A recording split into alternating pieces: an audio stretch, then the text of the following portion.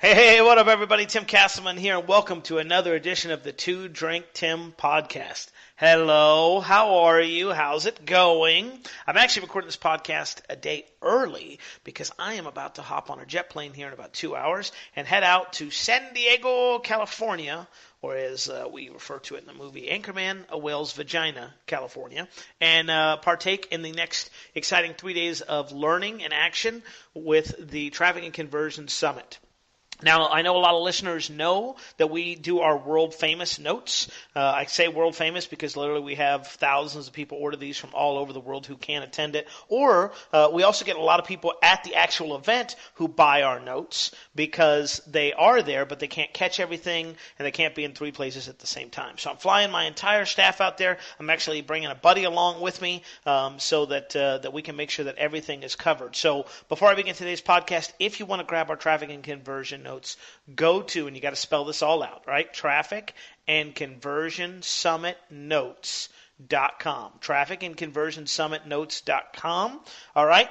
There are 27 American dollars that get you access to this year's, that get you access to every other year's, or every previous. This is, I think, either our fourth or fifth time. I can't remember. And it gets you access to a private buyers only webinar with yours truly, where I will be there hungover and jet lagged, I'm sure, and tell you about all the amazing, exciting things I took away from Traffic and Conversion personally. Normally, we sell that as an upsell for $17. This year, I said, you know what? Let's just include it. Let's just give it to the people for free because I don't like making money, apparently, right? Not only that, we are limiting my sales to 1,000 sales internally because there are only 1,000 spots on the webinar. I want to make sure everybody has a chance to do that. So Traffic and Conversion Summit Notes.com. Go pick up your Traffic and Conversion notes, and they will be. You'll get the previous year's instantly, and then you'll get the other or this year's. The one I'm flying out to. Hello, brain. You'll get that delivered to you at the very first of March. Because believe it or not, it takes a lot of time. Okay, a lot of time to do these notes. Not only does it take the 3 days we're there, then we go home, we punch them up, we talk them, we have an editor. I mean, there is an entire process behind the scenes, and that's why these things are world famous, and that's why I love doing them for you, and that's why I'm abandoning my family for a week to go to San Diego, California, and hang out with the stars and the sun, and have a great time. So, there you go. Great to be back. Great to be doing another edition. That's why I'm doing this early, because I didn't want to disappoint you. I didn't want to get you all excited and warmed up and hot and bothered that I was back, baby, and then take a week off. So no days off for this guy. Today, I would like to talk about the number one frustration in my business right now. It's the thing that I think is giving me huge headaches lately, a lot of stress, lack of sleep. It's just my number one bane of existence. I mean, I was up till 4:30 this morning, got about 3 hours of sleep, and then got back up just because this has been on my mind for the last several weeks because I know I'm about to have to deal with it. So I am affectionately calling this edition of the Two Drink Tim podcast, right? Dumpster Fire, Drama Queens, Deadbeats, and the Filipino Wrecking Crew. So here's what today is all about, and here's the number one frustration in my business. I cannot hire good people, right? I have been on a warpath and through just a whole brigade of people in my time in internet marketing, all right? And I want to share my experiences. This is not a how-to. This is a things to avoid because I truly believe this. I really do. I'm not, I'm a believer in karma, okay? I don't think that, like, if you kick a guy in the face today, you're going to get a kick. But I feel like, every once in a while, that pendulum has to swing backwards. That's part of the reason I don't have kids, honestly, because I was a terrible child, and I don't want that inflicted upon myself. So I tell you that to tell you this. I was a horrible employee, okay? It was all about me, me, me. It was all about I worked 9 to 5, not a minute earlier, not a minute later. It was just self-centered, and I was just a terrible employee because I always wanted to do my own thing and be my own boss. Turns out that was the best thing that could ever happen. $1 million later, I'm like, hey, you know what? You're doing okay. But I feel like I'm paying for a lot of that in my hiring situation. So today is going to be a what not to do, along with some hilariously funny stories. of ineptitude on my part and on the people that I hire. And at the end, I'm probably end with a plea for help and maybe a little crying of like, dear God, someone help me, right? Please, please let me figure out the secret of hiring good people so that I don't have to do this all myself. So I would tell you this, okay? In my opinion, and you know what? I know I'm going to have some former assistants listening to this, and they're going to get upset.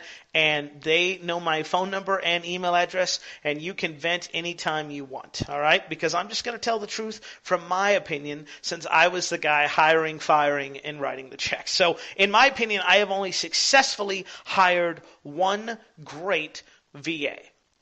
That's actually not true. I've hired two great VAs. One turned out to be amazing. The other one flamed out in spectacular fashion the first full week that she worked for me. So let me tell you how I fucked this up in the past, all right?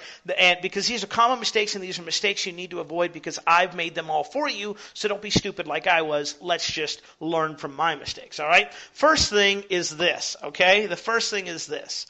You cannot hire the cheapest option. All right. When I first started, I, like a lot of offline marketers and marketers in general, were like, "Oh man, I totally got to hire the cheapest person possible. So let's go overseas and let's go, to foreign countries, where maybe the internet's unstable, maybe the language barrier is an issue, maybe there's cultural differences, and let's hire someone." And I remember this clear as day. I remember hiring a lady, my very first VA, for $2.46 an hour. I gave her no instructions. I expected her to do everything with no guidance or that. And shockingly, as I say this, okay, it did not work out. By the way, I'll just let you in, another reason I'm recording this is I'm actually talking this out loud so that hopefully my brain will line some shit up and be like, hey, maybe when you hire one of these people, you should talk to them, right? So it just didn't work out. All right, it just didn't work out. I had a couple of VAs, and at that time I really didn't need a VA, but I thought, well, it's a cool thing. Everyone's doing it, so let's get one. So I burned through a couple of Filipino VAs very quickly. A lot of issues with that, okay? The time difference was one. The fact that the English is not their first language, so they need explicit instructions. I'm not it's very tough for me to sit down and be like, put the blue spot on the red. It's just, that's annoying and frustrating to me, and I got better shit to do. I mean, just being completely honest with you, right? I got better shit to do than train, although that is a critical part of it. So I didn't do a good job training. I expected them to be jack of all trades, all right? Did not work out. Okay, that sucks. All right, whatever. And then I'm in a business partnership, right? And I'm like, man, we need to hire a virtual assistant. So one night, I can't remember if I was in like a chat room, like a marketing chat room. Get your mind out of the gutter, right? I was at Hooters, and I was there, and I started hitting it off with this lady, and she was in a real desperate situation, right? She was trying to get a divorce. She had a son with some special needs, and she was looking for a little help, a little way to make some money. So I, of course, instantly, fall in love, quote unquote, right, and want to help and rescue this person. All right. So there's going to be a lot of things I want you to learn from. But one thing I want you to learn from me, and I didn't even realize it until this past year, is you cannot rescue somebody. Okay, you cannot rescue someone, and this will be something you're going to hear me repeat over and over because it took me many times to learn this lesson. But I was impressed with this girl. She had some skills and ability, but the problem was that her life, for lack of a better term, was a dumpster fire. Okay, she had an ex that was crazy, right? She had no money. She had a son that was special needs, which I'm not saying that's a bad thing, but obviously that's a drain on the resources, emotionally, physically, time, and all that. And the biggest thing was she was used to it. I mean, I'm just gonna, I don't think she didn't. It's not that she didn't want to improve her situation. I just think she was kind of used to it, and because of that. People tend to stay where they're comfortable, whether they like it or not. I mean, that's just the bottom line. Okay, so what happens is me and my business partner, we hire her, and then it's like, oh, yeah, I need a phone. So we actually FedEx her a phone. Oh, my computer's broke, right? And we're doing therapy with this girl every week trying to help her out of her situation. My business partner's like, hey, listen, here's some things when things went really bad, and here's how I got my shit together. And we tried to help this girl. But guess what? guess what? She wasn't in a position to help herself, right? So that flamed out spectacularly, right? It just was one of those things where it was like, hey, I think we got to go. I think you should go. I just don't think this is a good fit. So at the end of the day, now VA number 9,000 is gone. Okay. Then I hire a local guy right here in Lubbock, Texas, because I think, if I work locally, but we just weren't a good fit. The personality didn't click. There were just some other issues that just did not click for us. It just didn't click for us, and it sucked, frankly. I mean, it just did, and I wasn't impressed by it, so we made a quick transition from that. I mean, that lasted, that was shorter than, dinner with your wife on Valentine's Day. I mean, it just did not go well. But then, I hit the mother load. See, my friend Brad Goss had done some consulting with a young and talented lady, Paula Steen, and Paula, it turns out, was looking for a VA position. So I brought her on and basically, welcomed her into the company. And here's what stuck out about Paula, right? Two things I'll just remember. Like, we initially talked, okay? And things went good, and I felt comfortable and stuff like that. But then, I got busy. I'm lazy. I just forgot about it. And she followed up with me. And she wasn't mean. She was like, hey, are you still needing a VA? And I was like, yeah, actually we are. Thank you for following up. So we hired her part-time to begin with. And the other thing that stuck out with me was there was something she needed. She needed an optimized press key or something. I don't even remember what she needed. But here was the thing. She needed it. I was not there to give it to her. She went and found it on her own and told me about it afterwards. She was like, hey, I need this optimized key press, whatever, the optimized press key. There we go. English. Maybe the 2 hours of sleep is catching up with me. And she was like, hey, I found it. Relax. Go have a good day. All right? So I don't know. I was immediately at ease with her. And I felt like she really cared and was concerned about our business and wanted our business to grow just as much as we wanted our business to grow. So when the business partnership, right, when I decided to terminate my business partner, right, I was like, Paula, I want you, right? I dib you. I'm going to lick your forehead, right? We're going to get matching tattoos, and we're going to do that. And my business partner at the time wasn't at a place that he could afford to pay attention, let alone a VA. So he just kind of let her go. And she came to work for me full time. Now, I probably didn't need her full time at that, but I wanted to make a commitment to her because I truly believe if you make a commitment and investment in other people, 9 times out of 10, right, it's going to fuck you. No, I'm kidding. 9 times out of 10, that's going to come back to you. Okay, so Paula and I started working exclusively probably in October 2012, right? And we hit it off. I can't explain it to you. I can't give you any tangibles. We have a similar communication style. We have a similar love language, which I'll talk about here in a minute, which sounds crazy. You're like, a VA love language. Tim, I didn't know this was going to be like sexual harassment 101. Don't worry. Not possible, right?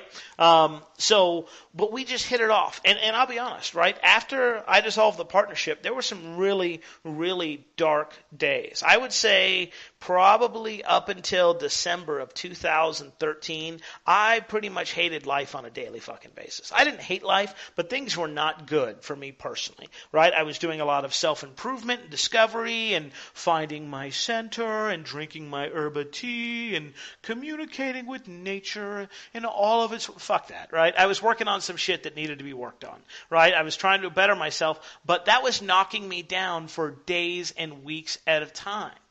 In addition to, remember that business partner that I told you I fired? Yeah, that guy apparently got the hint after I fired him that work was going to be required to be successful. Right? And to his credit and full credit, and I will give him 100%, he has worked his ass off. All right? And that guy has become a huge name in the industry and a huge, I don't want to say a celebrity, but he's been extremely successful. Right? Some would even say more successful than me, which is awesome and amazing and great, and I truly am happy for him. I'm extremely disappointed I never got to see that side of him when we worked together, and I'm extremely disappointed that suddenly he became brilliant the day after I fired him, right? Not to mention several other things that I'm disappointed with. But all in all, right, I got Paula, so I won. So Paula and I are clipping along. We're doing awesome.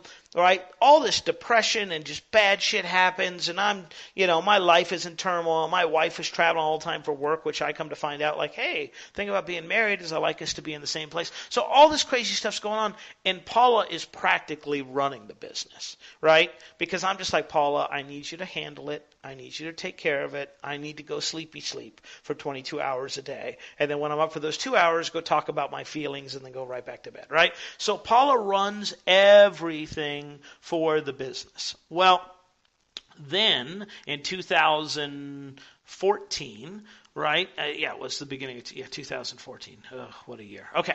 So 2014, we actually, coincidentally, go out to traffic and conversions. We have a bang-up time. We have a great time about that.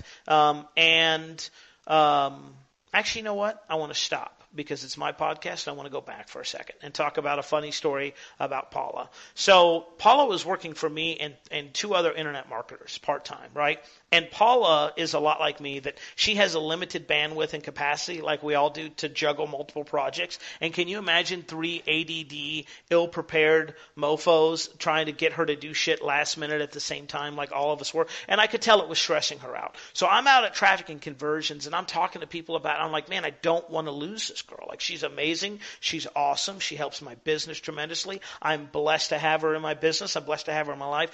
And by doing that, I was able to talk to some people, like I hope to do this week. And the guy gave me a guy. I wish I remember your name, sir. I'm terrible with names. Don't blame it on the drugs or the alcohol. Okay, it's not that at all. I'm sure it's just getting older, right? But he said, hey man, here's what I would do. So I remember we were going to do a base plus commission, if I remember correctly. So I stumble in to the Denny's restaurant. I have dinner with James Dyson, and then I retreat to the restroom, right? Take a piss there. And while I'm taking a piss, right, I want you to get that visual, just holding that huge horsecock in my hands. By horsecock, I mean pony. Shetland. But anyway, right? So I'm sitting there, and I'm like rehearsing my pitch to Paula. I'm like, Paula, you're really important to the company, and I really want you to be part of the team, and here's how I want to pay you, and here's what I want to do for you, and all that. And I'm like, yeah, that sounds really good, man. And from the shitter, I hear some guy go, dude, if she doesn't take the job, I'll take it. And I have no idea who that person was, because I ran out there, pants around my ankles. I was like, help me, boogeyman, in the deal, right?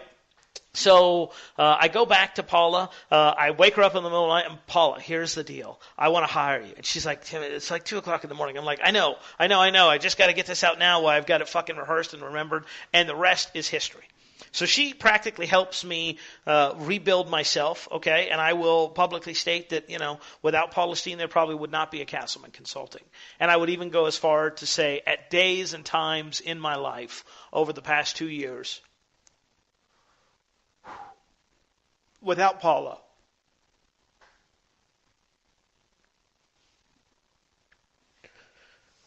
there would be no Castleman Consulting.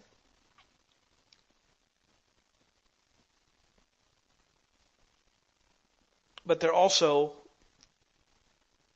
with a fairly high probability, would have been no more Tim Castleman. Because at that point,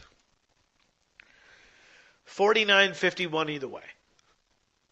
Some days live, some days permanent rest. So I owe a lot to Paula, and I'm very fiercely protective and loyal of her, and will forever be in debt for what she's done. So 2013, towards the end of it, right, I go out to Marketer's Mansion, and that was kind of, I don't want to say that was rock bottom, because that wasn't, but it was like, at the end of it, I was kind of like, dude, you got to get your shit together. Like, you're a grown-ass man. You got responsibilities. The days of playing are over. Like, you got to get out of this fucking funk and do something with your life. So I started doing that. And 2014 was a tremendous year for us, okay? So we start growing up and blowing up, right? We start making, on average, we're making about $1,000 a day. And I'm like, fuck yeah, the YOLO. This is great. Now it's time to expand. So I meet another young lady. By the way, I have a tendency to hire women. I think it's because I like the emotion of it. Like they understand, right? If I just did what I just did on the podcast and cried, like a guy would be like, dude, you're being a bitch. Stop it, right? if Lo Silva was my assistant, which would never happen, he'd be like, dude, listen, I'm gonna go get you a green smoothie, then I'm out, right? So anyway, long story short, I start getting my shit together. I want to expand. So I meet this other lady. I don't even remember how I met her. All right, I don't even remember how I met her, but I did meet her, and we hit it off. And I happened to be out in California for some fun, and she lived there. And I was like, hey, listen, here's the deal. Instead of paying you a fair and equitable salary, I want to pay you a really low, shitty salary, but I want to mentor you, right? So basically, I want to give you a paid apprentice position. And what I want you to do for me is work for me in my business, and I'll pay you this low salary. And it's great because I don't have to pay you what I probably should be paying you, right? Because I'm going to mentor you, because that's what you say you want, because you say you want to be an internet marketer. Shockingly, it did not work out well for a variety of reasons, okay? Not personality. Our personalities didn't click. She is a master planner, and has a 12-step checklist, like how to, change a tire or get gas or anything like that. I'm not, I don't even know what I'm going to do tomorrow, let alone 6 weeks from now. So we just kind of butted head, and I moved her to different positions of the company, but unfortunately I just couldn't find one that was for her. So then I'm like, okay, well, maybe this part-time thing doesn't work. So you know what? And maybe this internet marketing. So I'm going to go out. So I go out. I hire someone, or I put an ad on Odesk. I have Paula interview her. I interview her. We think we found the right person. It becomes apparent probably within the first 60 to 90 days that we have picked the wrong person. Because despite the resume, despite the glowing letters of recommendation, despite the self-hype and praise, right, she never materialized. I mean, I remember, this is when I knew I had to let her go. Like, we were in a meeting in the beginning of September, and I wanted her to review something, and she was like, yeah, I really want to review that before it's November. And it's like September 2nd. I'm like, whoa, sweetheart. Like, we have to make money now. So September is September. We're going to make the money now, not in October. Okay? Not to mention another living situation that was a dumpster fire, tons of personal drama, all that. It's just like, here's the mistake I made with the majority of the people that I hired, okay? Should I start that now, or should I... You know what? I'm going to tell you the final VA I hired, then I'm going to go over all the crap, all right? And I hope you like Story Time with Uncle Tim, and I hope you're realizing, like, just how shitty of a hire I am. Okay, so then that person flames out. I'm like, fuck it. I want nothing to do with it. And then a buddy's like, hey, you should email your list. So I email my list. I post on social media. I'm hiring. I want a full-time VA. But this time, bitches, I'm going to do it right. I'm going to pay them more money than I've ever paid them before, right? I'm going to make sure they got training. We're going to have some transitional time. We're going to do X. We're going to do Y. We're going to do Z. We're going to do it all right. I got legal paperwork drawn up. That's a legal contract and this and X. I'm going to do all that stuff. Right, just like everybody tells you to do. And I do it, and we work, and we're great, and we're awesome. And then as Paula starts to transition out of the company, the first week, this person was a VA full-time for me without Paula being there. At the end of the week, they go, listen, I'm going to need a pay raise because I clearly undervalued myself when I told you this was the salary I wanted to work for you. And if you don't give me that pay raise now, I'm going to quit. I'm giving you my 2 weeks notice. Now, what's hilarious about this is, this was at the time the only income this person had coming in. Okay, income that was sorely needed due to their personal financial situation.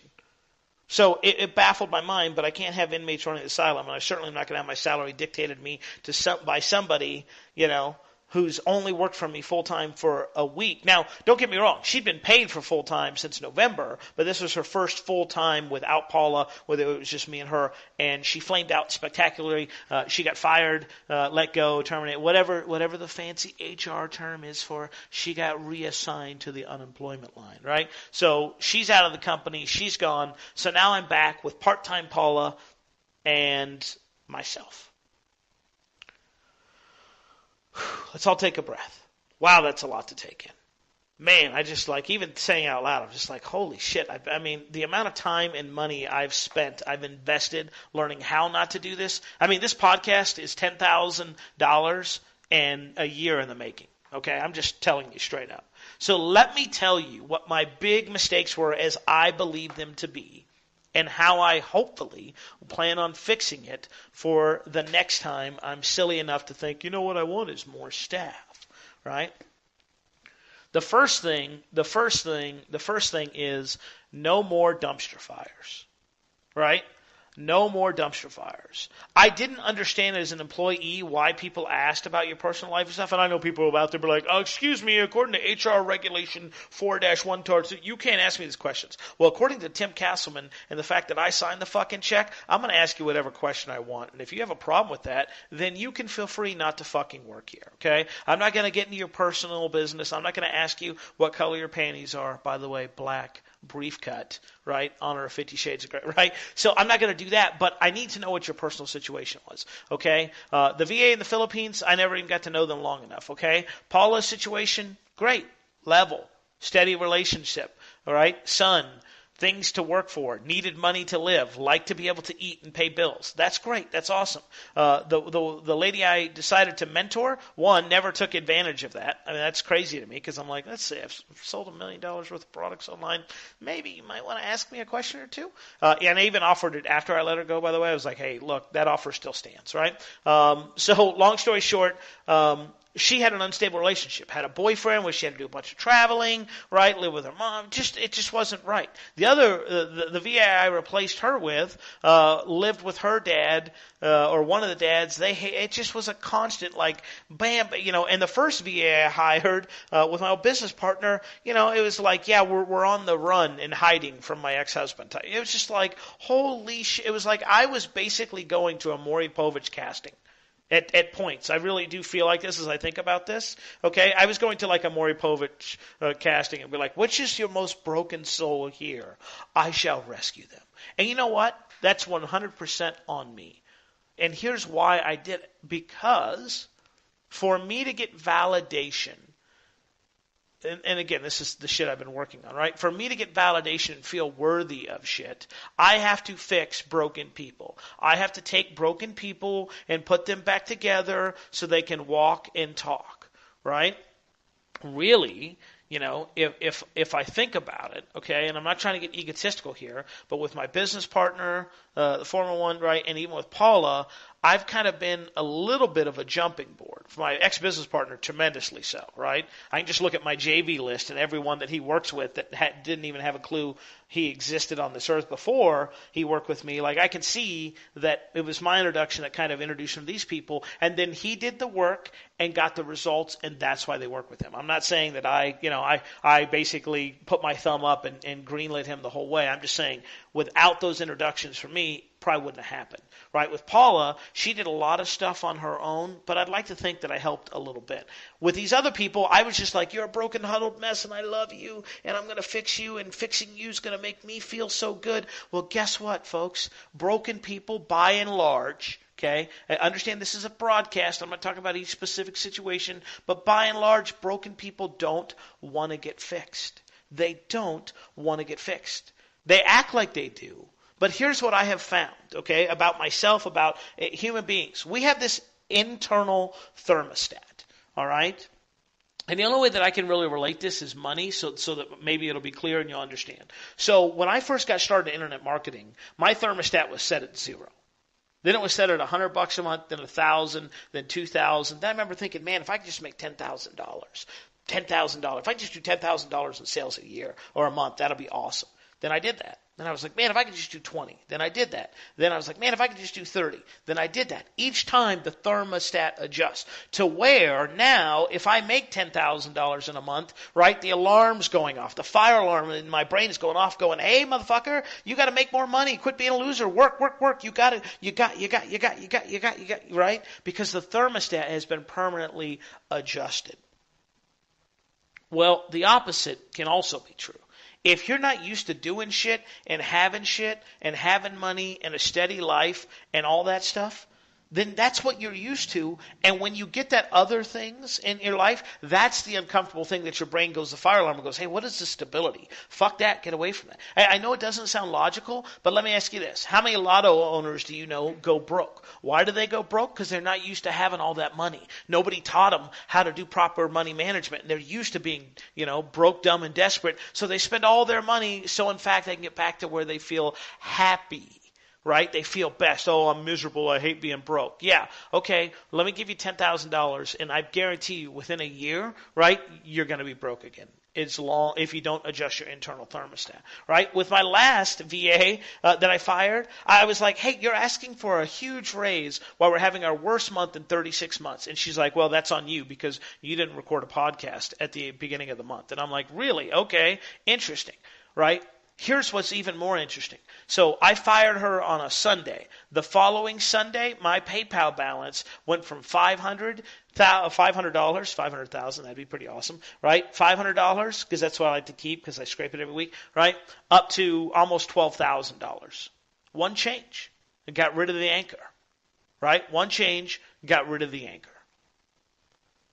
What I really think it was for this person was their thermostat is set at not having any money. So when I go, hey, there's no money, their fire alarm doesn't go off because they're like, of course there's no money. I've never had any money. I'm not good with money, so it doesn't bother me that there's no money. Why would it bother me that there's no money?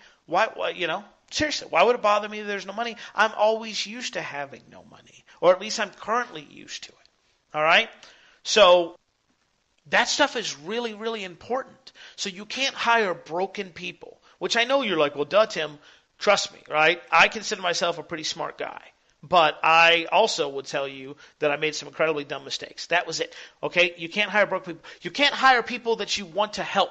They have to want to help themselves, right? I used to be like, okay, let's give them money, let's give them situation, let's be a cool boss, let's not jump their ass, right? That stuff, by and large, is not appreciated and is often taken advantage of. So don't hire dumpster fires. Don't hire people that you want to help. Hire people that are the best for the job. Right? That can, people say hire people that are smarter than you. Hire people that can do a great job for you and reward them financially. All right? Now, I've got a huge list of notes, so I'm just going to kind of go through them. So please forgive me if I'm kind of all over the place. So you don't hire dumpster fires. You don't hire people that you want to help or mentor. It's like that confuses things. It's like if you're going to mentor them, charge them a fee so that they respect your time. Right? So that didn't help, all right? The third thing was pay. I've been all over the place. I'll pay you an hourly wage. I'll pay you a flat rate. I'll pay you a rate plus a percentage of the company. I still have not found it out. I paid the VA that I hired and had to fire. I was paying her $12,000 more than I had ever paid anybody else. On top of, and then she wanted an additional almost $10,000 raise, right? Which would have been, $22,000 more than I was paying.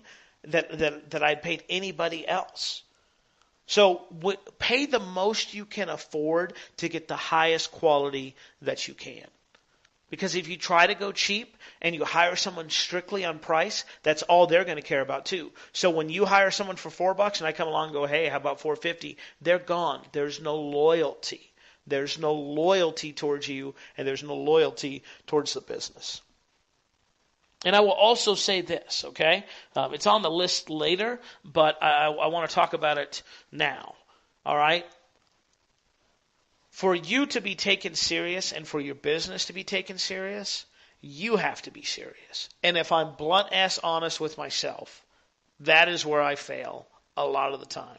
Because I love this business, I respect this business, but there have been times in my life where I have been incredibly careless with it, where I have not cared about the outcome, where I have not put in the time, the effort, and the energy to get the result that I wanted. And let me tell you something.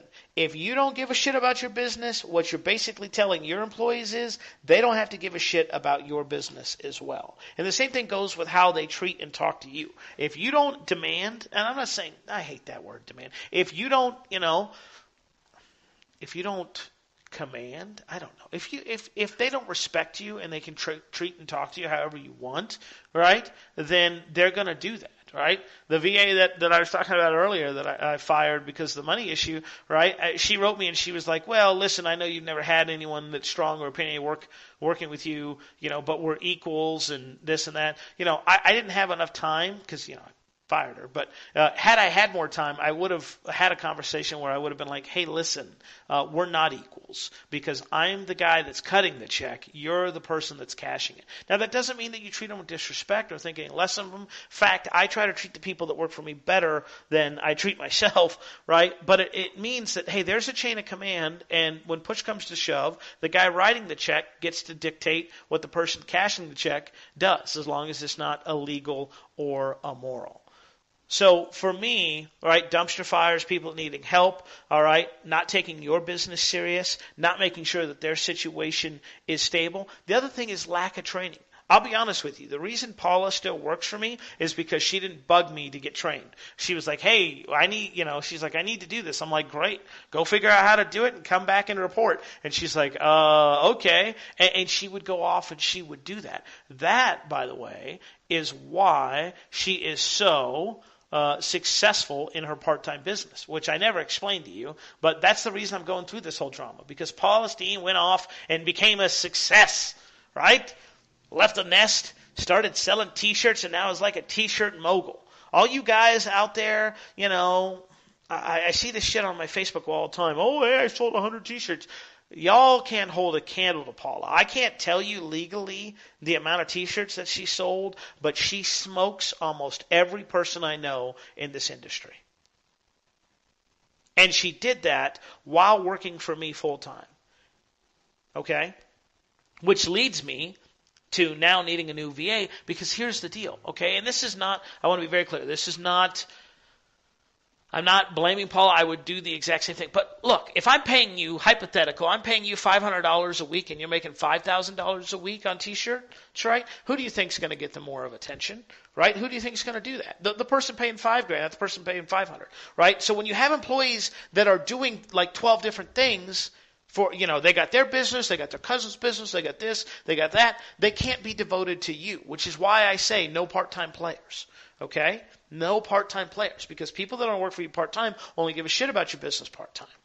Okay? And because let's be honest, if you're working for me part-time, you don't need this money to live, right? You guys ever walked in and see like an old retiree working in a store who just did not give a fuck because he's like, basically, I come here between the hours of 8 and 3, so I don't have to listen to my wife bitch about whatever, they just don't care because they don't need the money. They're like, look, I'm required to show up. I'm required to turn oxygen into CO2, and that's it. That's all you're getting from me, right? So no part-time players. But going back to my original point, man, maybe I should check out some ADD medicine. Maybe one day, right, was lack of training. And I suck at that, okay? I will admit it. That is a huge crux for me, and it's something that I am really, really working on for the next person, okay? Whether it's dedicated training hours, I don't know, okay? But it needs to be something that I improve upon so I can actually train these people. What I did last time was I was like, hey, I have a VA that's an internet marketer, so they know it, so we should be good, which they were okay. Okay, they were good, but they weren't. We just weren't compatible. I mean, that's just the bottom line. All right. And the last mistake I made was I wanted a jack of all trades. Okay, and that's not practical. All right, you can't have someone that's amazing at everything. The truth of the matter is, I'm probably only good at 2 or 3 things, and I'm probably only really good at 1 or 2 things. So it's unrealistic for me to have it's an unrealistic expectation for me to expect someone to be perfect, all right? For all the amazing and wonderfulness of Paula Steen, and there are countless, I could just do like a podcast devoted to how awesome she is. She does have some stuff that, does inhibit the business at times, right? She decided, crazy woman, that she wanted to have a bigger family. So they adopted the cutest kid ever, right? Well, that's awesome for them, and I'm happy for them, and they're great. And the kid's got a mohawk. At like 6 months, this kid has got more hair than I do, right? but that impacts her ability to work for me because she's got to, be a stay-at-home mom now with 2 kids, right? And so it's not a bad thing. It's just that stuff impacts, right? Her business doing so well. That impacts my business because, again, I'm paying you X, they're paying you Y. Like any logical person, you pay attention to the person that pays the most. But I also want to be clear that she has been incredibly loyal to me and stuck with me despite the fact that she's made all this money. I mean, if the roles were reversed, no matter how much I love that person, I would have been out of the business a long time ago. So I don't want there to be any animosity or people think hard feelings. I, in a lot of ways, owe everything. I owe a ton to Paula, right? I'll stop short of saying everything because, I have a little bit of talent and charisma. But, and the other thing is Paula was the gentle edge to my jagged edge, right? Paula is amazing at customer support. She can set up the technicals. So she just did all the shit that I hated, which was great, that allowed me to focus on all the stuff that I love to do. And because of that, that made me happy. It made her happy. It made us a lot of money. And things were really, really good. So that's it, right? I mean, that's the terribleness of it. I want to tell you kind of where I'm going forward from it, and I want to also say this, because I'm looking at it right now, and I think it's important. No matter who you hire, no matter what they do, no matter any of that shit, guess what? You're still ultimately responsible. And I will say that a large reason I think I wanted a business partner, and a large reason I've sloughed off a lot of responsibility in my earlier days to assistants and stuff is I was looking for a Buddha. Okay? And for those of you who don't know, a Buddha is a term Perry Belcher taught me in his secret selling system, which is amazing and you should own, by the way. And basically what a Buddha is you putting your trust or faith in the other person to do the dirty work for you. And, I can just be honest with myself and say, in a lot of ways, I probably was looking for someone that was just like, oh man, I hate this, but it's got to be done. I don't really want to have to do all this affiliate bullshit, but I have to, so I'll just hire someone to go do it. You just figure out how to make it work. I don't know. You go do it. And then they would try. It didn't work. And then I'd be like, shit, I actually have to get involved to do work. This is terrible. This is terrible, right? So no matter what, the buck stops with me. Okay, I can say, well, my assistant didn't do it, but bottom line is, I still have to do it. All right? It's like, well, yeah, okay, your assistant didn't do it. You still got to be done, right? We're going to start pre-selling the traffic and conversion notes today. Okay? If Paula gets hit by a bus, God forbid, right? Paula gets hit by a bus tomorrow, guess what? That traffic and conversion page still has to be up, no matter what. So yeah, so there you go. I mean, that's just, flat out, that's just kind of where I am. One other thing I want to share with you guys with that, and then I'll kind of talk to you about what I'm doing to kind of prevent this in the future, okay, is you have to understand that nothing is forever. I wish it was, If I could, right, if I could have my way, I would go back to when Teespring got popular, hack their website, put a malicious code in there, whatever I have to do to get that place to break, and delete Paula's email account so she would never see that, so that this day didn't come. But no matter how great and how amazing someone is, eventually they're going to walk away one way or the other, whether it be their own business opportunity, another business opportunity, or retirement, or death, or whatever. Like, everything breaks. And I remember reading that with Dan Kennedy in one of his books, and I was like, man, this motherfucker needs a hug, because he is so negative. But like everything, I come to find that dear old Dan and mean old Dan, actually not so mean these days, but old school, really mean Dan had a point. And you can't expect things to last forever. So here's what I'm doing to prevent the mistakes of the past, but also correct some things and improve the future. So the first thing I did was I went out and after I got rid of the last VA, I said, you know what? I'm tired of doing this one-to-one. Because if you hire one person and they go away, you're screwed. You got to start all over. You got to retrain the brain. You got to do all that stuff, right? You have to do all that stuff, and that's just a pain to do. So what I have decided to do was I actually hired an agency. That's right, I hired an agency, and they're based in the Philippines, right? Which you're like, wait a second, Tim, you talked about how terrible it was. Here's the deal, right? I decided I wanted instead of having one person, I wanted to have multiple people working for me. Okay? That's just what I decided. I want to have multiple people working for me. That way, if Johnny calls in sick, Jane, Sally, Susie, and Dick are still around, right? Those are the most generic white boy names. Okay? So I hired an agency. I hired them. And this is initial, okay? So right now, they're getting my preliminary blessing, but if things go bad, I'll be recording another podcast about it, no doubt, right? But right now, I'm using a company by Kevin O'Connell. God, I hope I'm doing that right, Kevin.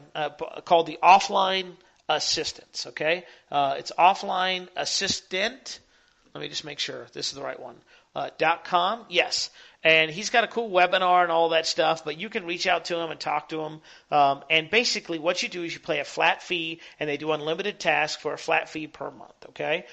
You can talk to him because I don't know when you're going to be listening to this podcast, so I don't want to tell you any rates. I will tell you, if you tell him that Tim sent you, right? You just say, hey, I heard about you on the Two Drink Tim podcast. He's probably going to kick you a little bit of a break in the price. Just a little FYI, right?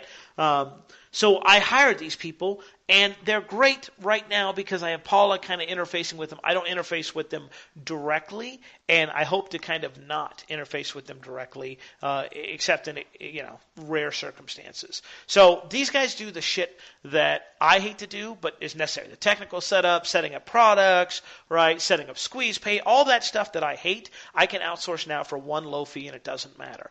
And these guys usually get it done within 24 to 48 hours. Obviously, if you have a huge job, it's going to take them a little while longer. But so far, I've been pretty impressed. You're going to have a learning curve, just like you are with anybody. But the great thing is that I don't have to deal with this shit anymore. Okay? Because I have a whole crew working for me, not just one person. So that's thing number one. Hire an agency over a person. I am currently telling you to check out offlineassistant.com. All right? And the other thing I'm doing, okay, Kevin O'Connor, by the way. Yeah, not O'Connell. Irish. The guy's Irish. I thought O'Connell, 50-50 shot. O'Connor. Sorry, Kevin. My bad. This is the Two Drink Tim podcast. I did mention that, right? All right, so the other thing I'm doing is this. I'm videoing everything that I do. Okay, so when they hit me up and go, hey, Tim, how do we do this or how do we access it? I pull up the old Screencast-O-Matic, all right, and I record it for them so that they have it.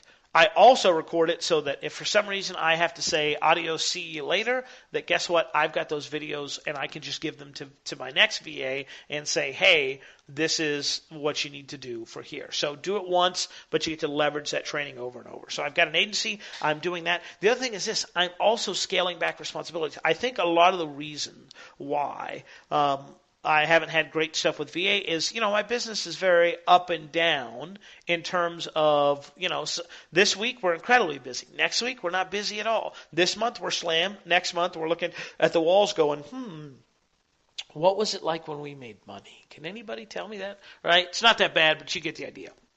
So it's tough when it's busy to throw everything, right? I started making a list of all the stuff I want to talk to Paula about.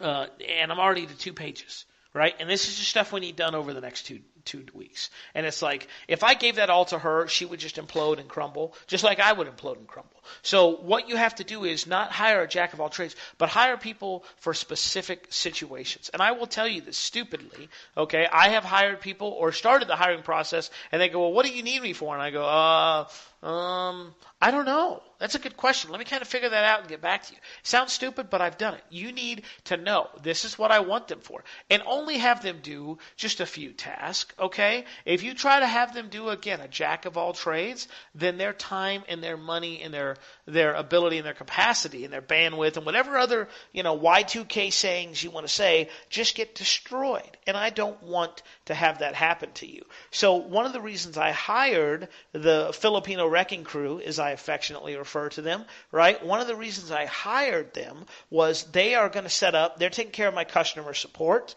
to a large degree. They're setting up the technical stuff. These are all things I get off my plate, all things I want off the new VA's plate as well. The reason being is I want them to be able to focus on where their high value skills and targets are, right?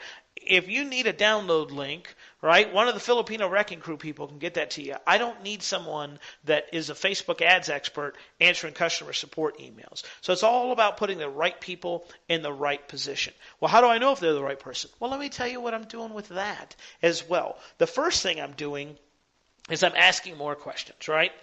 So one of the things I've added since the last VA is, hey, tell me a little bit about your financial situation.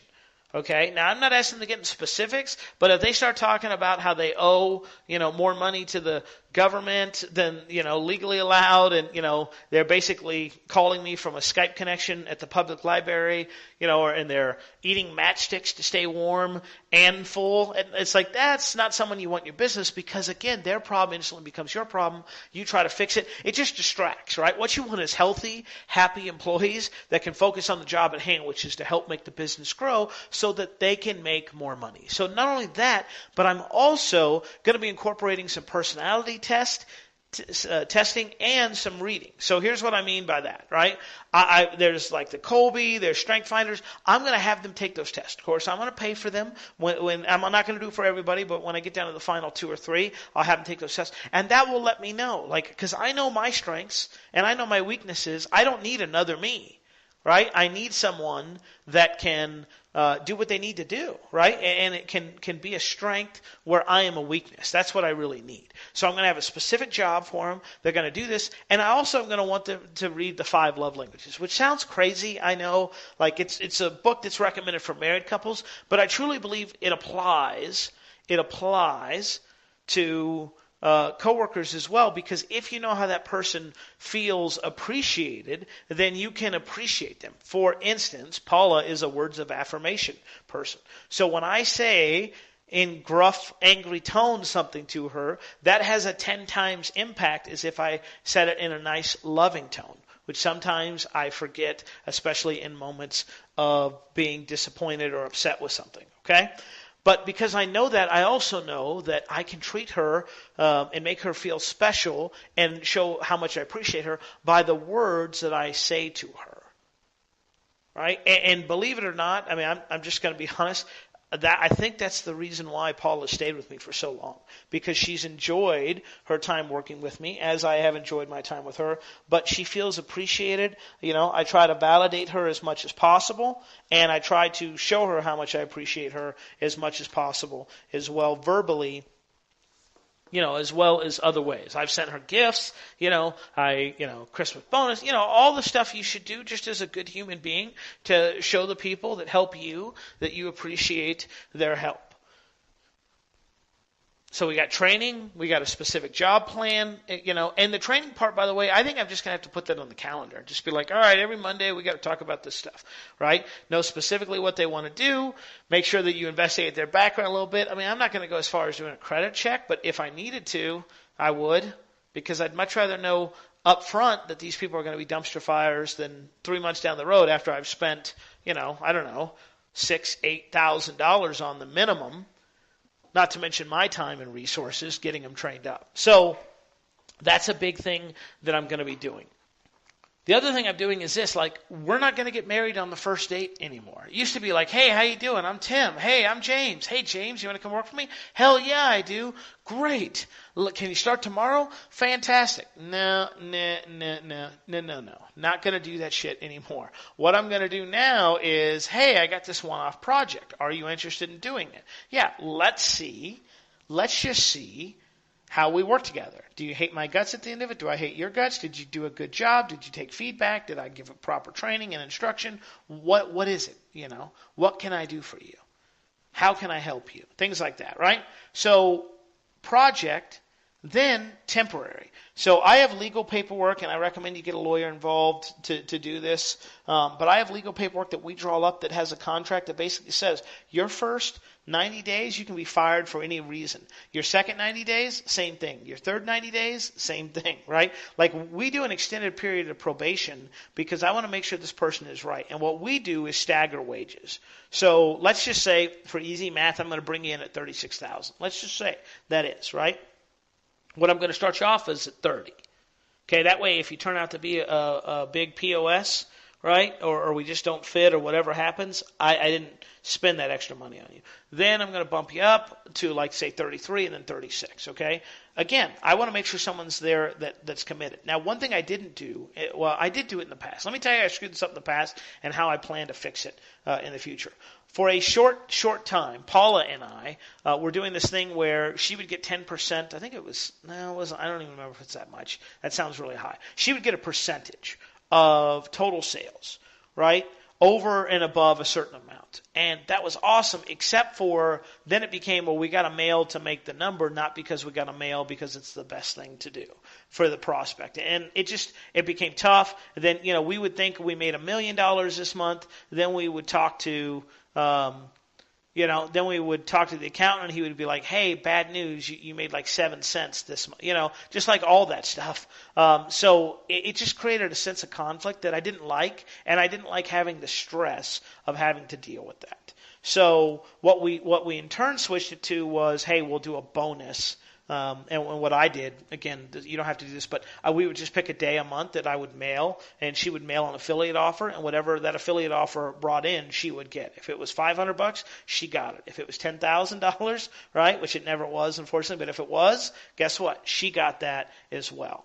So those are just a few of the things that we've done in the past. So what I am considering doing is, have the training thing, work on a few projects before, a base salary. They can either decide. You can have a higher base salary and no percentage of profits, or a lower base salary with a percentage of profits. I would prefer you to take the lower and then the percentage of profits, just because my monthly nut is easier to meet. And if it doesn't work out, right, or it's something that we have a slow month, I'm not like, oh man, I owe this money no matter what. And the other thing is, it gets them involved in the process. It gives them a reason why. It's like, okay, we need to make this money so I can make more money, but it gets them involved in the process. It's not like, well, hey, you know what, my check's showing up no matter what each and every week. I don't care. Like, oh, Tim's drowning and the house is on fire. Man, it really sucks to be him. Hey, do you have my paycheck? Yeah. Where's my paycheck? No. I hear you screaming because you're on fire,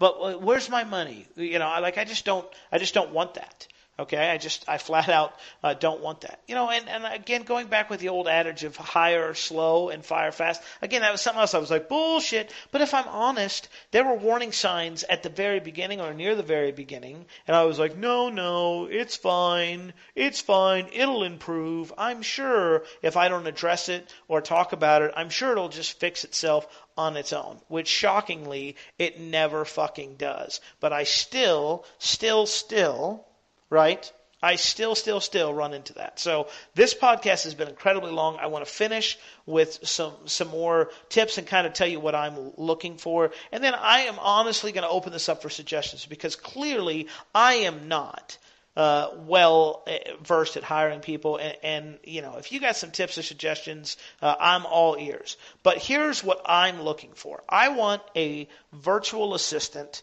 okay? Preferably U.S. based. If not, I could take Canada or the lower country, right? Mexico. I said the lower country, Mexico. For a full-time virtual assistant, okay? 40 hours a week, Monday through Friday, except when it's not Monday through Friday, and except when it's not 40 hours a week. See, our job fluctuates. You may work 27 hours this week, you may work 52 next week, right? I need someone that understands that. Someone that wants to come in, right, turn on the light at 7:58 and leave at 5:02. That's not the right person for this job, because that's not how this business is. Right now, as soon as I get done here, I got to go pack, then I got to go jump on a plane. Guess what? Paula's already on a plane out there. We're hanging out. She's leaving her family for the week. Guess what? That's just how our business is. I'm not going to turn down a huge wad of cash, because it's like, well, I want to get this webinar out this week, but we're at 38 hours this week. No.